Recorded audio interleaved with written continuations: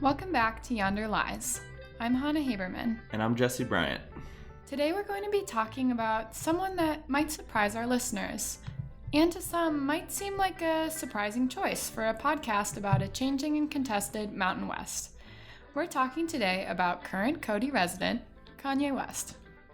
And if it's a surprise to you that Kanye is a Wyoming resident, currently lives on a $14 million, 1,400-acre ranch, and is regularly spotted shopping on Cody's Main Street, Sheridan Avenue, don't worry. We'll catch you up to speed and hopefully leave you with some thoughts to chew on by the end of the episode. And if your first instinct is to say, nah, I don't need to listen to this episode, I'm not interested, I hope you keep listening. So, what's Kanye West got to do with Wyoming? What's he up to in Wyoming?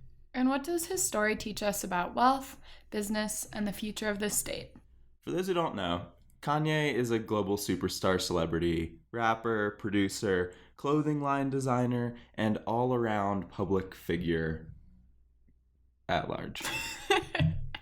For many years, he's made headlines on all sorts of subjects.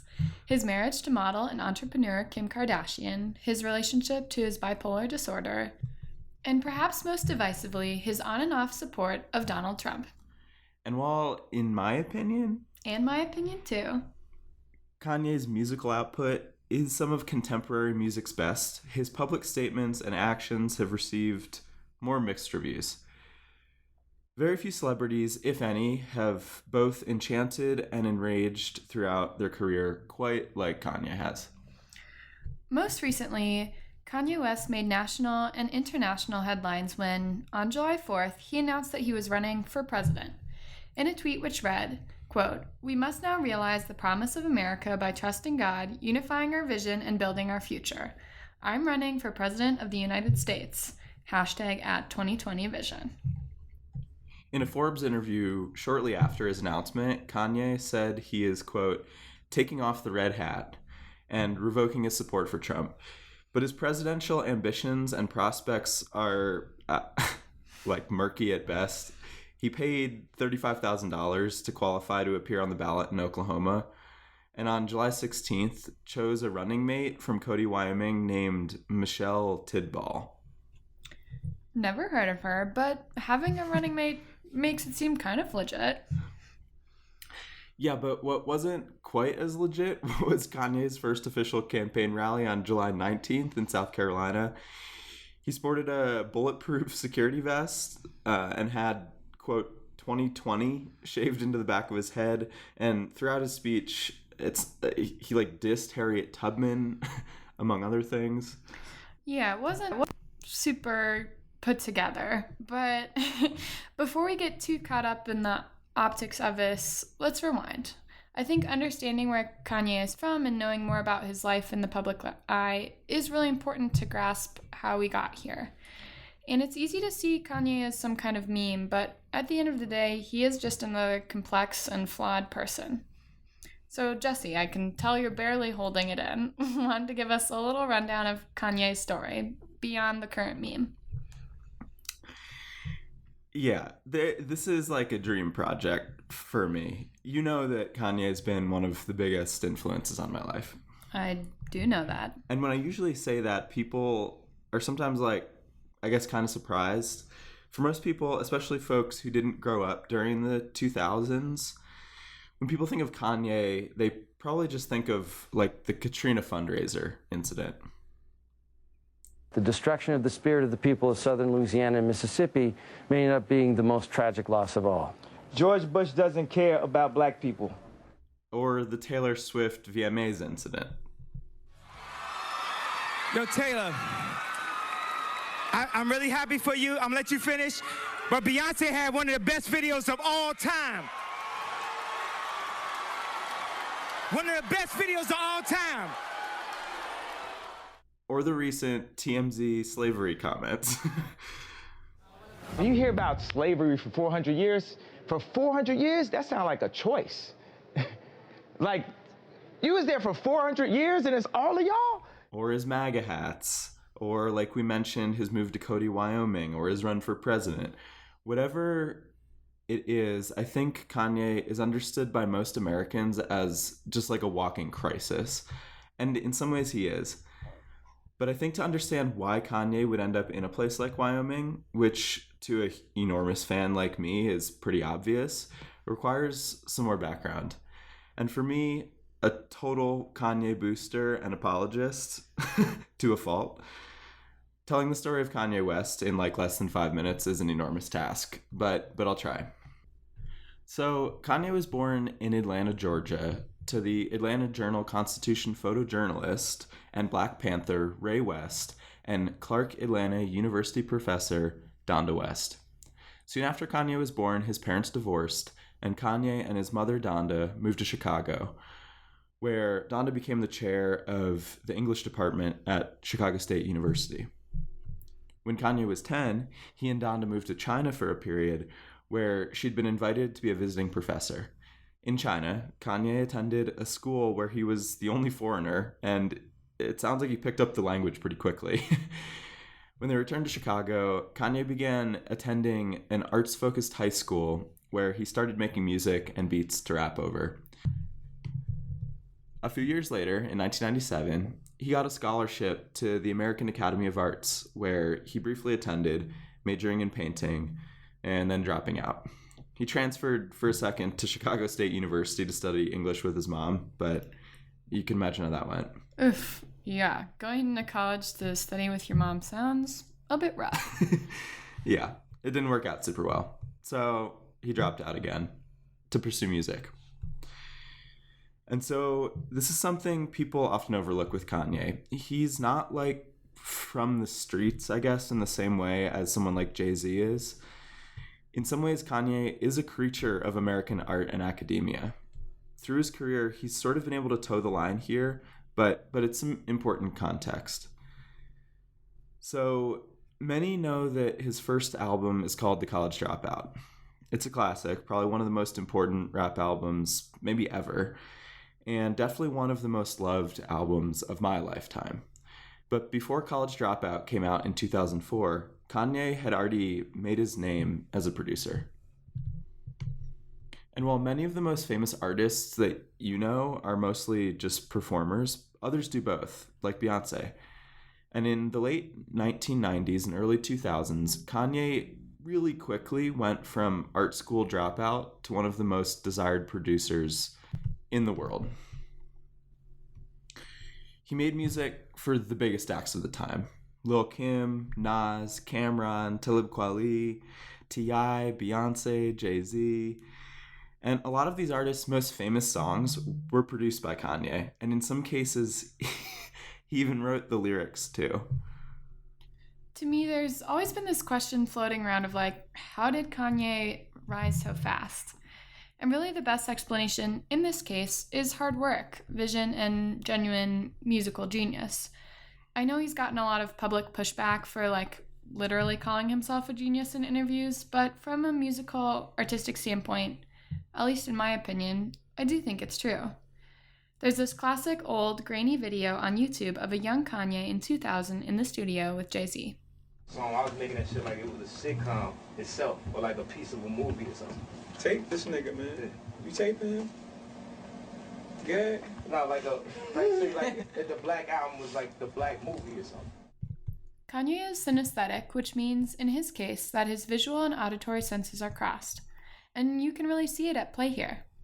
So the soundtracks are like scores to scenes that's going on in the movie.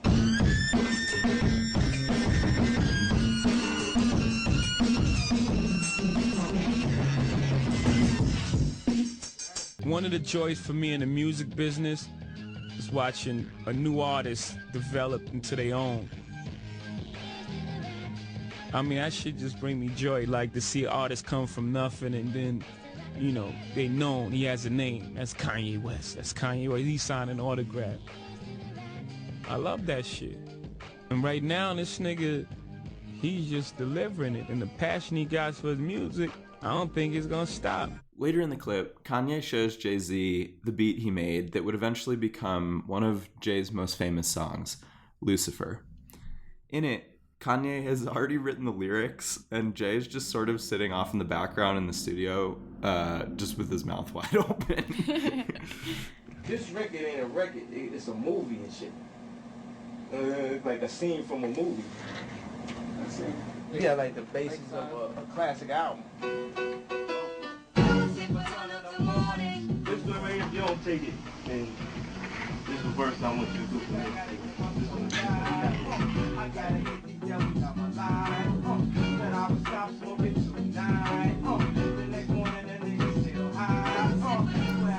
Anyway, what's most important is that in the late 90s and early 2000s, Kanye went from nobody to one of the biggest producers in the world. And the press took notice, but in doing so, they inadvertently started pigeonholing him as just a producer. I'll try to offer some very specific recurring ways of understanding Kanye's career, and I think this is the first. Nothing pisses Kanye West off more than when someone else is trying to define who he is. And so when the press started talking about how he was an incredible producer, but that he could never be an actual performing artist, he took it really personally. And so in 2004, he released his debut album, The College Dropout. Against the popular hip-hop backdrop of the time, The College Dropout stood out both musically and lyrically, and in a way that was an honest reflection of his upbringing. Musically, Kanye pioneered what came to be called chipmunk soul. Chipmunk soul takes classic Motown soul cuts and pitches them really high up, serving as a new celebratory derivative of the upper Midwest Motown legacy Kanye was raised in. Lyrically, The College Dropout took on a ton of issues that were, at the time, enormously taboo in the machismo-laden rap game.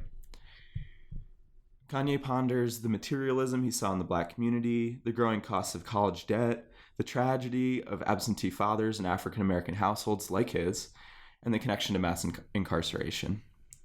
He talked about terrorism, racism, and his own re-upping of faith after a nearly fatal car accident in 2002. On the track Through the Wire, he actually rapped with his jaw wired shut from a hospital bed. Despite, or perhaps because of, an immense departure from the mainstream themes of the day, the vulnerable and personal College Dropout won Best Rap Album of the Year at the Grammys.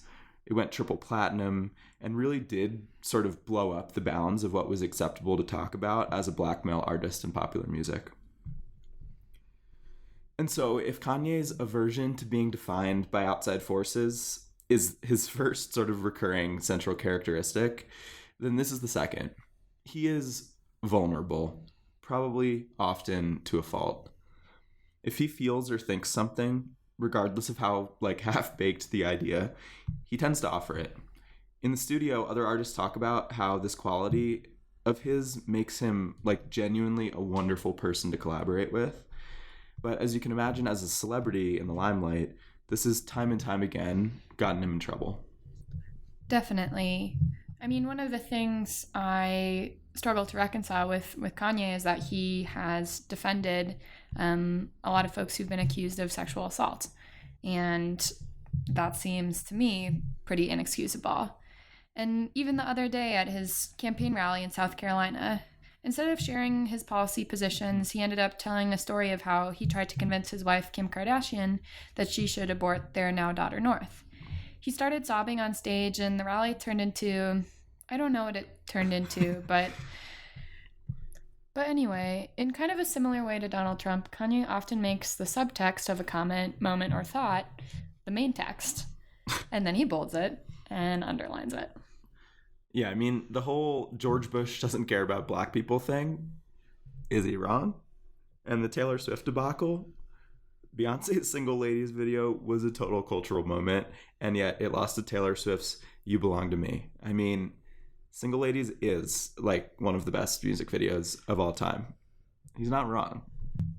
I definitely agree with you, and I think he was calling out some of the racist tendencies in the music industry. And we could probably spend all episode unpacking those comments and what they have to tell about race in politics, race in music, but your 5-minute clock is ticking. Oh, shoot. Okay. From 2004 to 2016, Kanye released 7 solo albums, all of which went platinum and are incredibly musically diverse.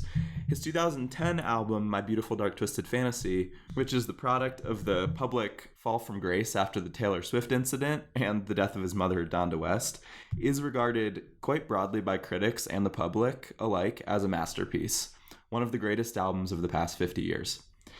And it was here where you see, again, his aversion to being identified as anything in particular, and his manifestation of the idea from that Jay-Z clip earlier, in that Twisted Fantasy was released not just as a studio album, but with an accompanying hour-long video. Here in 2010, we see Kanye's first real departure from just music. Support for Yonder Lies comes from Think WY, Wyoming Humanities. Wyoming Humanities supports programs, grants, and initiatives in Teton County and across Wyoming that explore history, culture, and the human experience. To learn more about the Wyoming Humanities Council, visit thinkwy.org. Again, that's thinkwy.org. After the success of the audio-visual My Beautiful Dark Twisted Fantasy, Kanye started talking about how he was done with music and just wanted to become a fashion designer. And again, everyone sort of laughed in the same way that they laughed when he said he didn't want to just be a producer. Kanye ignored the laughter, or perhaps was fueled all the more by it. Just a year later, he premiered a women's fashion line called DW Kanye West at the biggest fashion event of the year, Paris Fashion Week. And then in 2013, he signed an enormous deal with Adidas to design what became the Yeezy line of shoes. In 2012, he started the creative content brand Donda, named for his late mother, saying that he would, quote, pick up where Steve Jobs left off, end quote. He's talked openly about starting a Yeezy architecture firm, given lectures at Harvard School of Architecture, started a traveling church service called the Sunday Service Choir, and just signed an $100 million deal to revive the clothing company, The Gap. I know I'm definitely past my 5-minute mark, so let me just try to sum it up. I think the best way to understand Kanye West on an individual level is as somewhat of an anomaly in our modern celebrity culture. He is like, and maybe we can argue about this, he's a genuinely brilliant creative, not far off from his, hero Steve Jobs. He's actually really, really hard to pin down in a real way, like hard to tell a polished story about. And our celebrity culture generally emphasizes pigeonholing, putting people sort of in a box. Sometimes business does this too. He's always been kind of just like a public crisis embodied. So it's really surprising that he actually made it in the way that he has in our celebrity culture. And by made it, I don't just mean temporarily making it. Despite seemingly flailing his way through the past 2 decades of public scrutiny, Kanye has actually maintained his fame really effectively. And his 21 Grammy Awards definitely speak for themselves. And not just his fame, but also his fortune. Yep, without a doubt. Even in 2020, a year where Kanye hasn't really been in the musical spotlight at all, he's the highest paid artist by a lot. According to Forbes, Kanye has made more than double the yearly income of the second highest paid artist, Elton John. Just this year, Kanye has made $170 million. And that's not including the fortune of his also independently wealthy wife, Kim Kardashian, who last year made $50 million and has a net worth herself of nearly $1 billion. Like, at this point, it would be a mistake not to understand very bluntly that Kanye West is a successful American businessman who is married into an even wealthier family. He's not a millionaire. He's a billionaire. And not just a billionaire, but a self-proclaimed multi-billionaire. And where do billionaire business people go these days? Well, where else but Wyoming? Right. And this gets to what I said earlier, how although a lot of people found it bizarre that Kanye would come to a place like Wyoming, I didn't. He's a billionaire. Why not go to the most wealth-friendly state in the country? Yeah, like if you're surprised that a billionaire moved to Wyoming, you're missing a big piece of what this state is becoming, and in some ways has been for a long time, or you're choosing to ignore that. And so either people don't know that Kanye is obscenely wealthy, or quite frankly, they're surprised that a Black person moved to Wyoming. But to be fair, not knowing that Kanye is a billionaire is understandable, although nonetheless troubling when it comes to the racial wealth gap. Of the 615 American billionaires today, only 6 are Black. So to summarize this thought, Kanye is a billionaire who recently discovered the tax haven of Wyoming. And so one way to read this whole situation is that Kanye is just another ultra-wealthy person moving here to protect their wealth. Which I get, although I wouldn't say I support billionaires avoiding paying taxes on principle. So, Han, where, how, and why did the West Wyoming love affair begin? So, Kanye first started visiting Wyoming in 2017 after a highly publicized hospitalization related to his mental health.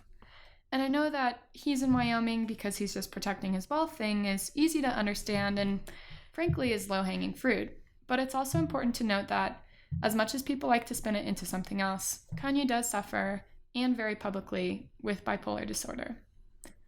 And so, it seems very likely that another reason Kanye moved to Wyoming is, quite simply, for his mental health. To be away from the pressures of celebrity, to be in wide open spaces, to have some breathing room. Which really isn't all that different from why a lot of people are drawn to Wyoming. And it's beautiful. It is. I mean, the cover of his 2018 album, Yay, is literally just an iPhone photo of the Tetons with, in the middle of it, scribbled, "I hate being bipolar, it's awesome." Which, rumor has it, Kanye took on his iPhone en route to his album release party at Diamond Cross Ranch in Buffalo Valley, just 45 minutes northeast of Jackson. It's definitely an iconic album cover. And that album came out of what's referred to now in the music world as the Wyoming Sessions. In 2018, Kanye hunkered down in Jackson for many months at the Amangani Resort and went into a month of production mania. In just a few months, he produced 5 albums: Pusha T's Daytona, Teyana Taylor's KTSE, Nas's Nasir, a collaborative project with Kid Cudi called Kids See Ghosts, and his own album we just mentioned, Yay. Kanye's time in Jackson came to a visible public peak during the listening release party for Yay, which saw prominent rappers, public figures, and journalists flown into Jackson for a big bonfire out by Moran. The guest list included Kim, Chris Rock, Pusha T, Lil Yachty, Jonah Hill, 2 Chainz, and many more music greats. And as the night went on, the party relocated to the $1 Million Cowboy Bar. There's a New York Times article titled Kanye West's Great American Night that describes the evening, and honestly, it's pretty surreal. Let me read just a couple of lines from it. A bluegrass band was playing for a few dedicated dancers, and after a little scene sniffing, with both locals and visitors looking on warily, dozens of Mr. West friends burst onto the dance floor. Lil Yachty, his red braids flying, was doing Block Boy JB's signature kick dance, and Teyana Taylor, wearing a Goyard body satchel, was hitting a sturdy Millie Rock. Designer ran onto the dance floor to do a do-si-do with some regulars. On the other side of the room, Ty Dolla $ign was shooting pool.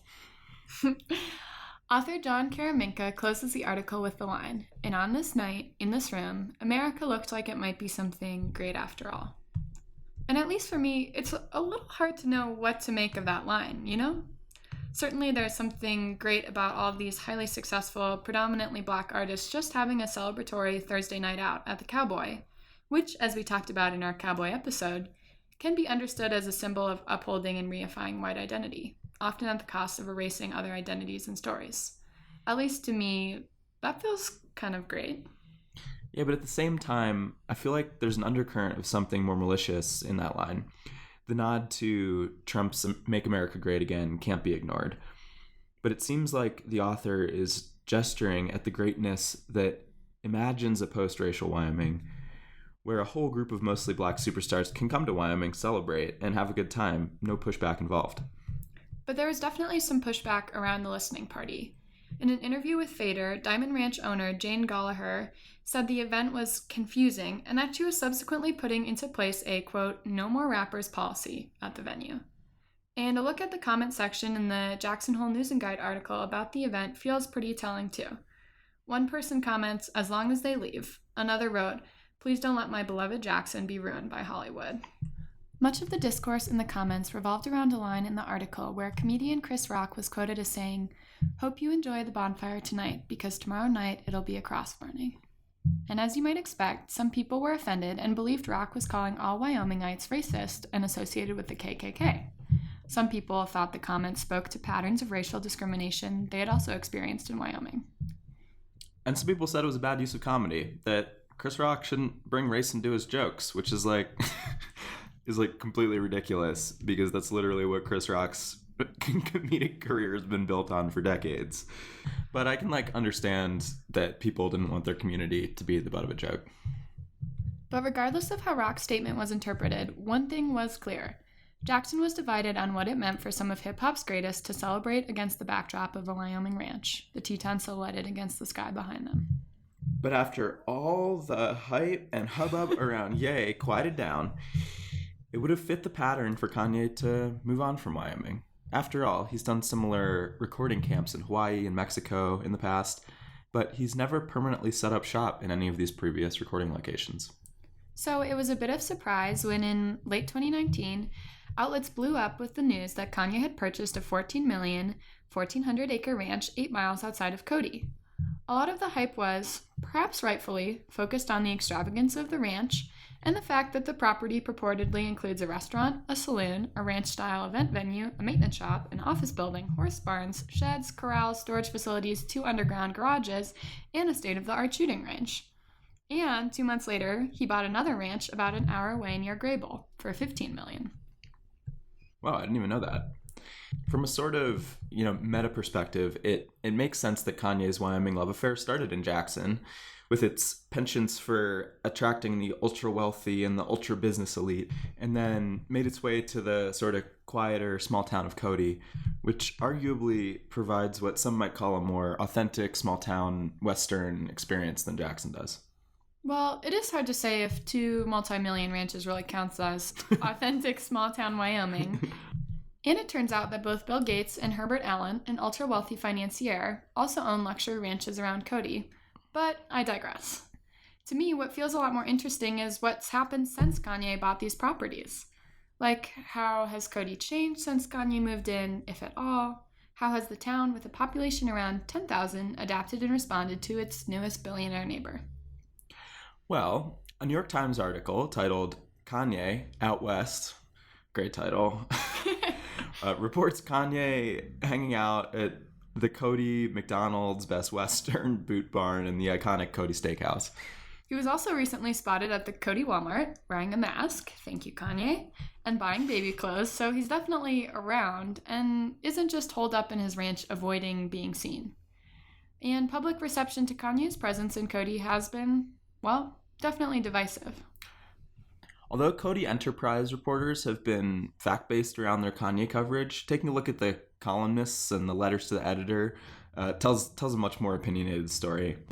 Once the news of the ranch purchase broke, one letter writer lamented in a scathing column that, quote, "Before you know it, we may be crawling with the paparazzi, movie stars, directors, and Victoria's Secret runway models." When talking about the couple, he wrote, "He's a famous, self-absorbed rapper who thinks homeboy Donald Trump is cat's meow, and she's got a keister that knocks cans off the grocery store shelves." Honestly, some of the comments got pretty mean, rude, and objectifying. It's rough. But a lot of people did push back and defended their West's right to move to Cody and make their own first impressions, both in comments and their own op-eds.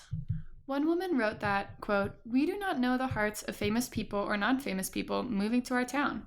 People who move here do so because they are attracted to this way of life that we all hold dear. Mutual love for freedom, tolerance, nature, and wide open spaces draw us to Wyoming and keep us here." End quote. In the Cody Tribune, 2 letters to the editor come up next to one another, titled "Kanye West Hurts Allure of Wyoming Visit," and then "Kanye West and his family are welcome here," which pretty succinctly encapsulates the tension at play in Cody. On top of the public hubbub surrounding the move, the West have continued to make headlines as they kind of stumble their way through acclimating to Cody and Western norms. There have been 2 interesting instances regarding the West's interaction with wildlife that have brought a lot of public attention. One in which Kanye's plans to build a meditation center on his property were thwarted by statewide protections of the threatened sage-grouse, a staple of the American West, which has been at the heart of lots of conservation drama. In the other instance, Kim posted a video of her and Kanye on a four-wheeler driving alongside a pronghorn herd. This video resulted in a visit to the ranch from Wyoming Game and Fish and an official warning for chasing pronghorn, a type of wildlife harassment. And although those instances have gotten a lot of attention, in a lot of ways, they're not all that different from anyone trying to figure out how to live in a place pretty different from where they've been before. Like, I imagine no one told Kanye before those instances that it wasn't cool to chase after pronghorns or that sage grouse habitat is very fragile and requires some serious protection. Totally. And for a lot of Cody's leaders, they've got some strong incentive to keep Kanye around, especially as Cody and the rest of Wyoming faces an uncertain future. With its proximity to Yellowstone, Cody's economy is largely tourism-focused, but it also does have connections to the oil, gas, and coal industries. Wyoming currently supplies more than 40% of all of the U.S.'s coal, but the future of the extractive energy industry feels uncertain and perhaps unsustainable, as many Western extractive energy companies have folded or relocated. Wait, what's the connection between Kanye and the declining extractive industries here? Right. Kanye's been making some serious business moves in Cody. As we mentioned earlier, Kanye just announced a 10-year partnership with The Gap to sell his Yeezy streetwear line, and he's moving forward on his plans to make Cody the center of his Yeezy footwear and apparel operations. In a New York Times interview, Kanye talks about how passionate he is about going from, quote, seed to sow in Cody, keeping as many parts of the production process as local as possible, and pumping in lots of jobs to the local economy. By the end of the year, Kanye plans to start production and has been quoted as saying he hopes to produce more than 1 million pairs of shoes. And as of the end of June, a production facility has been built, but hasn't yet been staffed. So it seems like there's still a lot up in the air, and a lot of questions not yet answered. Like, how many jobs exactly will be created? What will it look like for Kanye to pull off a domestic production that really hasn't been done for a long time in the US, let alone a place like Wyoming that's definitely not known for its textile industry? Will Yeezy production get up and running in Cody, or is it just a flight of fancy for Kanye? Will it create jobs and bring more economic growth to the town, or will it flop? How will the factory's presence mesh with Cody's already mixed perception of West? And at the end of the day, I'm left wondering, is Kanye about to change the Cody economy, and perhaps the whole economy of Wyoming, in a pretty big and real way? To me, it feels like only time will tell. Yeah, I think just on a personal level, I want to say that when I heard that Kanye was also in love with the state of Wyoming, it made me really like happy. Some of the earliest memories of mine were waking up on Saturdays early to watch like VH1's top music videos of the week or whatever, and I like really remember the Jesus Walks video, Kanye like rapping from a burning hallway. And this might sound silly to some, but Kanye has had a genuinely huge impact on my life. He was a role model for me when I was young, and he sort of like made it cool and acceptable to be critical and thoughtful and to go through life with this sort of like childish intensity and love for beauty. And because of that, it just makes me really happy that he also found Wyoming. And like I said, maybe only time will tell if Wyoming is happy with that too.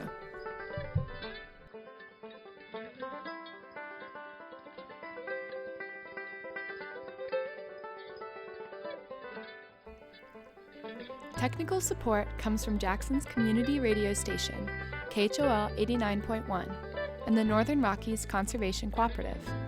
A big thanks to the Jackson Hole Historical Society for providing access to hours of archival audio.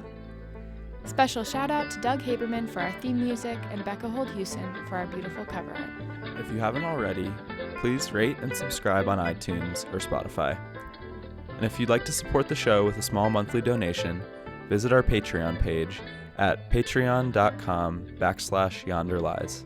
That's patreon.com/yonderlies.